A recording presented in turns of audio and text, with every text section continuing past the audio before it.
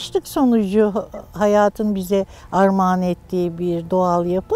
Sakarya Nehri aslında Gemlik Körfezi'ne akmak üzere yola çıkmışken bir tektonik hareket sonucu, kayaçların yer değiştirmesi sonucu yönünü değiştiriyor ve Karadeniz'e akmaya karar veriyor. Bir havza kalıyor, bir çukurluk kalıyor. Orada biriken sulardan İznik Gölü oluşuyor.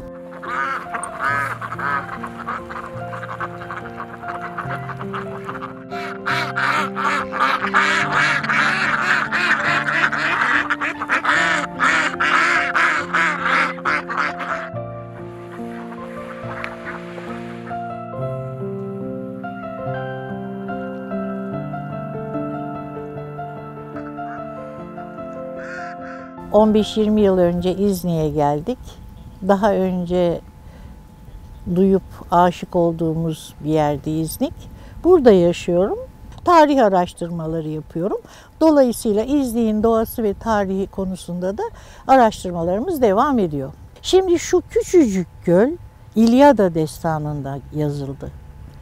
Yani küçücük göl dememe bakmayın. Marmara'nın en büyük gölü, Türkiye'nin 5. büyük gölü. Ama büyük okyanusları düşünecek olursanız küçük bir su havzası gibi görünen göl aynı zamanda çok büyük bir tarihsel tanıklığı olan bir su parçasıdır. İlyada Destanı'nda geçtiği gibi tarihçi 1. yüzyılda coğrafyacı Strabon'un konu ettiği 17. yüzyılda Evliya Çelebi'nin kıyılarında dolaştığı ve nihayetinde tabii ki bizim için en yakın tarihi olan Nazım Hikmet'in Şeyh Bedrettin Destanı'nda güneşin batışını sipahiler güneşin boynunu vurup kanını göle akıttılar diye yazdığı o ateş kırmızısı satırlarla yazdığı aynı zamanda tarihsel, edebi, coğrafi bir zenginlik.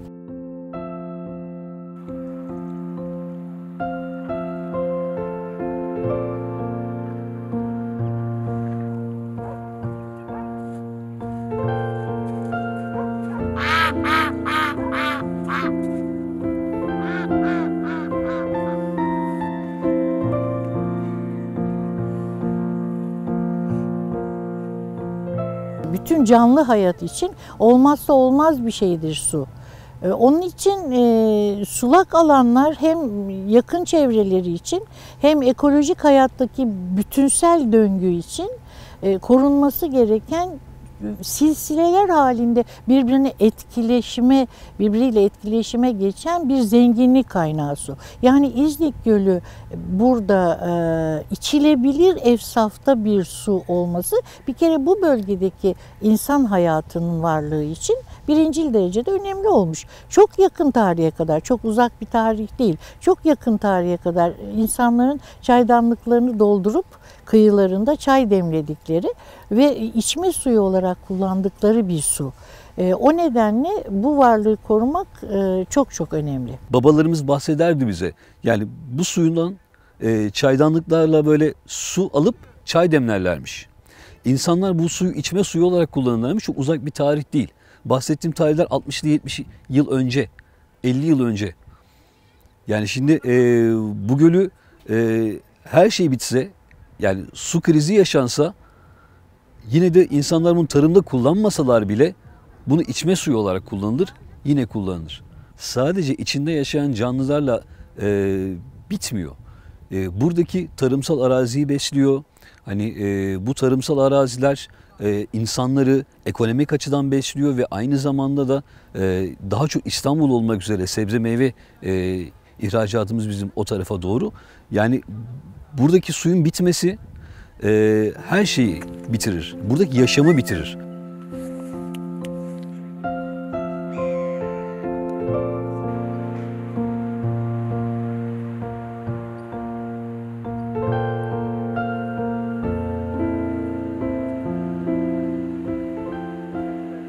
Bu sene 8 metre olarak, öyle metre olarak çekildi ama derinlik ne kadar olduğunu onu bilemeyiz. Bu su çok çekiliyor. Neden çekildi onu hiç belli değil. Kimse bilmiyor. Diyorlar ki orada fabrika var, fabrika akıntı yapıyor diyorlar. Bir araştırın bakalım ne var, nereden akıyor. Orada bir fabrika varmış Orhan Gaz tarafında. oraya akıntı yapıyor diye bu su. Gölün şöyle bir handikapı var. Artık yavaş yavaş hem çekilme ile beraber aynı zamanda da kirleniyor. İşte buna da dediğimiz gibi fabrikalar buradan su çekiyor ve kontrolünü çok da fazla yapmıyorlar. İşte bir kere arıtıyorlarsa 40 defa arıtmıyor, salıyor göle.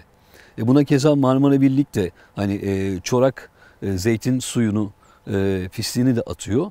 Ve bu sebepten dolayı artık göl ne sulama yapılabilecek duruma geldi ne de içinden balık tutup yenilecek ve içinde çocuklarımızın yüzebileceği bir yer haline geldi.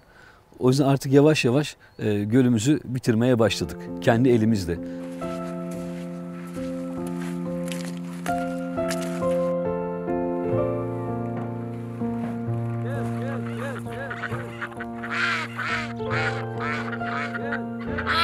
Balık da kalmadı. Balıklar da hep zehirlendiler. Nereden zehirlediler benim bildiğim? Burası Lençiber yeri. Bağlarda zehir atıyorlar. Derelerde tankerler yıkıyorlar. Onun zehiri suya gidiyor.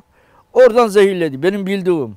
Balık denilen bir şey kaldı. Biz avuçla tutuyorduk biz geldiğimiz zaman da burada. Böyle çıkıyorduk avuçla atıyorduk karaya.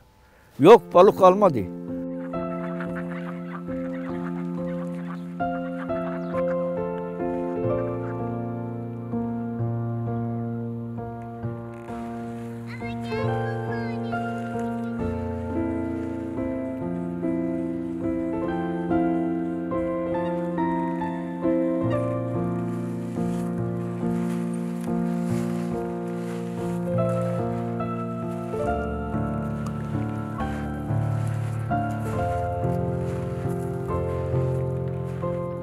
Şimdi eski İzniklilerin anlattığı hikayeler var. Bu derelerden kucakla balık topladıklarını, bolluğu, bereketi. Şimdi İznik Gölü tatlı su ıstakozu olan kerevitiyle meşhurken ve bu kerevitin bolluğu satılabilir bir ürünken 1980'lerde bir yanlış uygulamayla göle bir tür mantar bulaşıyor ve kerevitler son derece azalıyor. Bu yanlış uygulamanın ayrıntılarından bahsetmek istemiyorum. Çünkü gerçekten müthiş bir öngörüsüzlük ve plansızlık. Oysa tabiat varlıklarının korunması aynı zamanda resmi kurumların görevidir. Kurumsal yapı içinde devlet dediğimiz aygıtın oluşturduğu kurumsal yapılar içinde DSİ, Devlet Su İşleri Kurumu anayasal bir görevle görevlendirilmiştir. O da su kaynaklarını kamu yararına korumaktır. Bakın bunun altını bir kere daha çiziyorum. Su kaynaklarını kamu yararına korumak. Bunu ticari bir meta, bir zenginleşme, bir kar etme aracı olarak kullanmak değil. Oysa şu anda DSİ'nin özellikle İznik konusunda yaptığı eylemler tamamen ticari bir şekilde bir suyu bir meta olarak kullanmaktan ileri geliyor. Oysa su ticari bir meta değil, bütün canlılar için bir haktır. Hak. Bu hak ihlali anlamına geliyor. Çünkü içme suyu evsafında bir su bu şekilde şuursuzca kullanılınca, yani vahşi kapitalist zihniyetle kullanılınca canlı hayat ve insan üzerinde yıkıcı bir etki oluşturuyor. O zaman çok kısa vadeli bir çıkar uğruna uzun erimli bir doğal hayatı feda etmiş olursunuz. Aslında bu feda etmek de değil de yani bunu şuursuzca, bilinçsizce bitirmek anlamına gelir. Şimdi su ticari bir meta değil, bütün canlılar, insanlar ve bütün canlılar için bir haktır. Bu hakkın ihlali anlamına geliyor. Bugün eğer DSİ Gemlik gübre fabrikasıyla yılda 3,5 milyon metreküp gölden su çekme anlaşması yaptıysa, Kargil dediğimiz firma her gün, her sabah bu şiiri 6.000 ton su çekerek kurutuyorsa burada bir yanlışlık var demek. Bu yanlışlık aynı zamanda bir insan hakları ihlalidir ve bir suçtur. Yani gölümüzün oluştuğu binlerce, on binlerce jeolojik zamanı düşünelim. Bunun dışında son 10 senede, son 20 senede gölün bu şekilde kullanılmasının yarattığı geriye dönüşü çok mümkün yıkıcı etkileri düşünelim. O zaman bunun ne kadar sorumluluk isteyen bir iş olduğunu anlayabiliriz. Devlet Su İşleri anayasanın kendine buyurduğu su varlığını kamu yararına kullanmak sorumluluğuna dönmelidir ve suyu bir tüccar gibi bir kapitalist zihniyete göre aşırı kar etmesi gereken bir tüccar gibi değil, bir ulusun, bir bölgenin, dünyanın doğal varlığını koruma görevini hatırlamalıdır.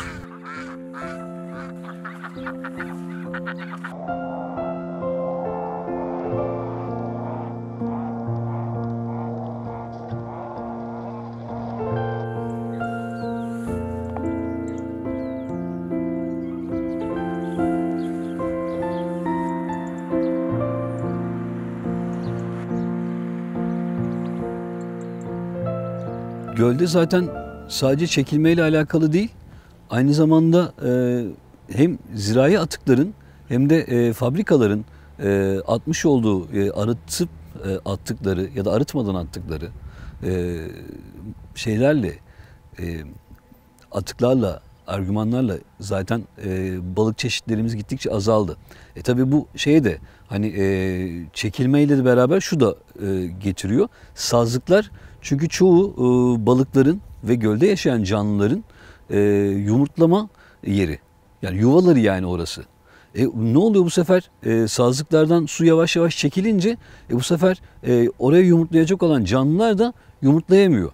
Bu sebepten dolayı da yine canlı çeşidi azalmış oluyor. İnsanların akıllarına geldiği gibi plansızca inceleme yapılmadan, bilimsel analizler yapılmadan göle herhangi bir canlıyı bırakmamaları gerekir. Ama böyle olmuyor. Göle nereden geldiği bir takım rivayetlerle ortaya çıkarılan bir tür gümüş balığı dadanıyor. Bir etçil bir balık türü bu. Gümüş balığı göldeki diğer balıkların larvalarını, yumurtalarını ve yavrularını yiyor. Ve gölde balık çeşitliliği azalıyor.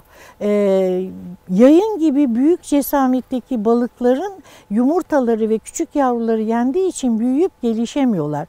Yani göle bir takım müdahalelerde bulunuyorlar ve bunları plansızca yapıyorlar. Şu anda göldeki balık varlığı hemen hemen 4 cinse indirgenmiştir. Kerevitler yok denecek kadar azalmıştır. Göl kenarında çıkarılan bilinçsiz yangınlarla, sazlıkların yakılmasıyla orada konaklayan kuş, böcek türleri ve şunun altını çizmek zorundayım. Sadece su kuşları ve balık değil, bir takım özel kelebek türlerinin de çoğaldığı bir bölgedir İznik Gölü Havzası. Gölden toprak kazanmak arzuları her sene fundalıkların, sazlıkların yakılmasıyla sonuçlanmaktadır. Bu nedenle şu anda gölümüzün sahillere vuran o turkuaz dalgaları yok. Aşırı derecede yosunlanma var. Yakalanan canlı türlerinde, balık türlerinde ağır metal kalıntılarına rastlanıyor. Ve aşırı yosunlanma ve su seviyesinin düşmesi suyun hareketinin azalması nedeniyle çabuk kirlenmesine ve sirkülasyonun azalmasına yol açıyor. Su oksijenlenemiyor, hareket edemiyor. İçindeki canlı türleri yavaş yavaş değil, hızlı hızlı hayatiyetini kaybediyor. Tankerlere zirai ilaç yapıyorlar ve onların kaplarını dere kenarlarına bırakıyorlar. O dereler tabii ki göle taşıyor bunları. Siz musluktan bir bardak su alıyorsunuz içmek için ama bu suyun içine önce çeşitli maddeler koyuyorsunuz içmeden. Temiz suyu kirletip onu tekrardan içiyorsunuz. Buna benzer İznik Gölü'nün kirlenmesi.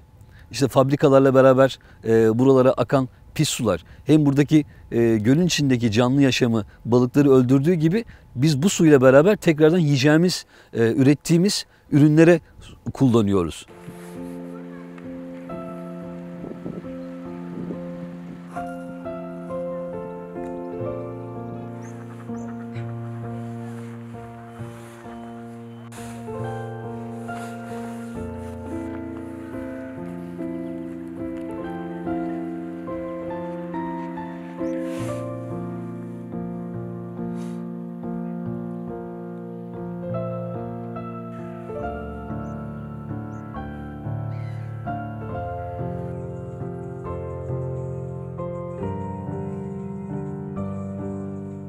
ihtiyacımızdan fazlasını biz üretmeye başladık.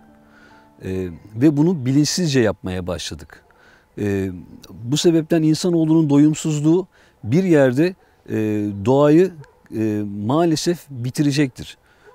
İhtiyacımız kadar bir şeyi artık üretmekten ziyade ihtiyacımızın dışında üretmeye başladık. Tabii bu da tamamen para hırsı, güç, iktidar, adına ne derseniz deyin. Siz insanlığın ihtiyacı kadar olduğu maddeleri değil de daha fazla para uğruna, daha fazla kar uğruna, bir kar hırsıyla hayatı değerlendirmenin, iktisadi sistem seçimlerinin sonucu bize eti kemiğine yapışmış, yavrusuna balık arayan, fok arayan kutup ayılarının o hazin manzaralarını gösterdi. 1-2 derece yükselmesi bile atmosferdeki sıcaklığın ne kadar büyük sonuçları olan şey. Şimdi küresel ısınmanın olduğu bir gerçek. Zaten bunu evrensel olarak kabul etmek zorunda dünyalılar ve buna göre akıllarını başlarına devşirmek zorunda hepimiz, herkes. Ama bunun dışında bir de bölgeler arası yönetim metotları var. Şimdi eğer su varlıklarını popülist politikalarla, yani o havalideki insanların oylarını almak için, onlara kısa vadeli çıkarlar elde etmek için, onlara şirin gözükmek için siz gölü besleyen bir akarsuyu sadece 10 yıllarla ölçülen bir baraja tahvil edip binlerce yıllık bir göl varlığını feda ederseniz bu sizin iktidarınızı kurtarır birkaç yıl. Bir 5-10 yıl, hatta bir 50 yıl barajların ömrü nedir ki?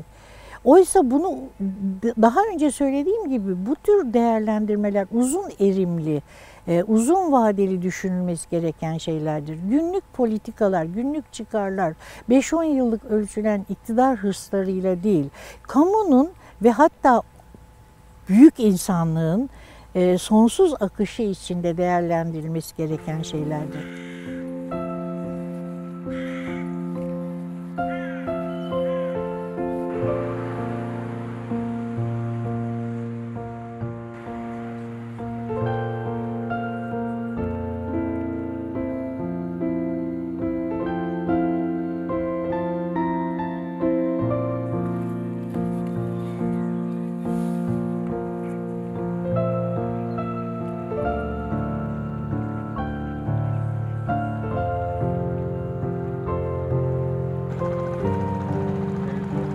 Şimdi İznik Gölü'nün bu hale gelmesinin sebeplerini bulmak o kadar zor değil.